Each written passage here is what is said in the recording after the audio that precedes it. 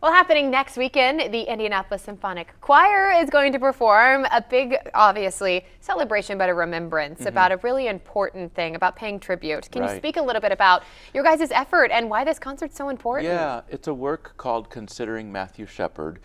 Matthew Shepard was a gay college student who was killed in a hate crime in the late 90s. I still remember where I was when I first heard about it. It was one of those kinds of things. And composer and conductor Craig Johnson has written a full concert-length work that remembers Matthew's life and not only the tragedy of his death, but also a very real and hopeful message about what it means to live in community and to be there for one another. And so the Indianapolis Symphonic Choir is presenting this work next Saturday, and we're just absolutely thrilled to have the chance to bring this piece to Central Indiana. His death obviously acted as a catalyst for the LGBTQ community to really have their voices heard and to bring awareness to the severity of things that were happening. Can you speak a little bit about what it means to you to be able to bring work that has changed the kind of the dynamic and kind of been a force with the conversation in the communities? I think, first of all, I think choirs are the perfect tool for stuff like this because we're made up of a multiplicity of kinds of people with all kinds of backgrounds and interests. But we love to be together. We love to create art and beauty together. And so that, first of all, is a great touch point. And I have just been so moved to see the depth of commitment by our singers to bring this story to life and to share this with the audiences here. One of the interesting things about this piece is that it calls for a vast number of soloists and narrators, over 30 people from the choir who have features, and they are doing just an incredible job with such heart and soul and talent. It's really rewarding to see. That's what I was going to ask you about. You kind of hit on it a little bit, but as the artistic director, you kind of have the freedom, if you will, to be able to pull those voices out and to do that. How has that been beneficial, or what have you enjoyed most about being able to do something like this with so many soloists and so many different people? It's been a real blessing. Normally when we sing with soloists, we hire, somebody from New York to come to Indianapolis and sing with us.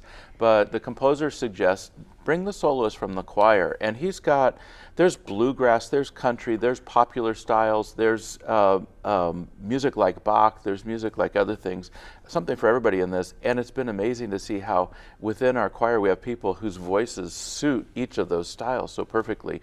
We have one fellow, his name's Kevin, and he's singing a solo. He's actually himself from Laramie, and he knew some of the protagonists in the incident when he was growing up. And he sings there's a country western kind of a number.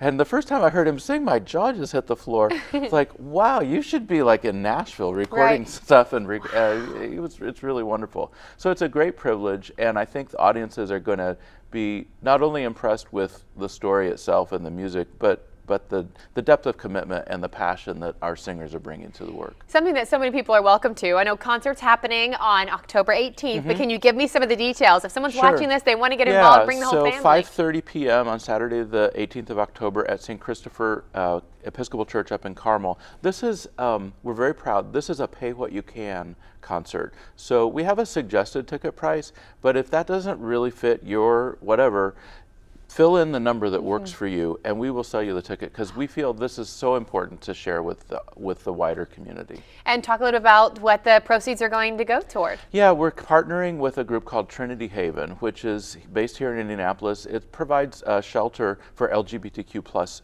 youth.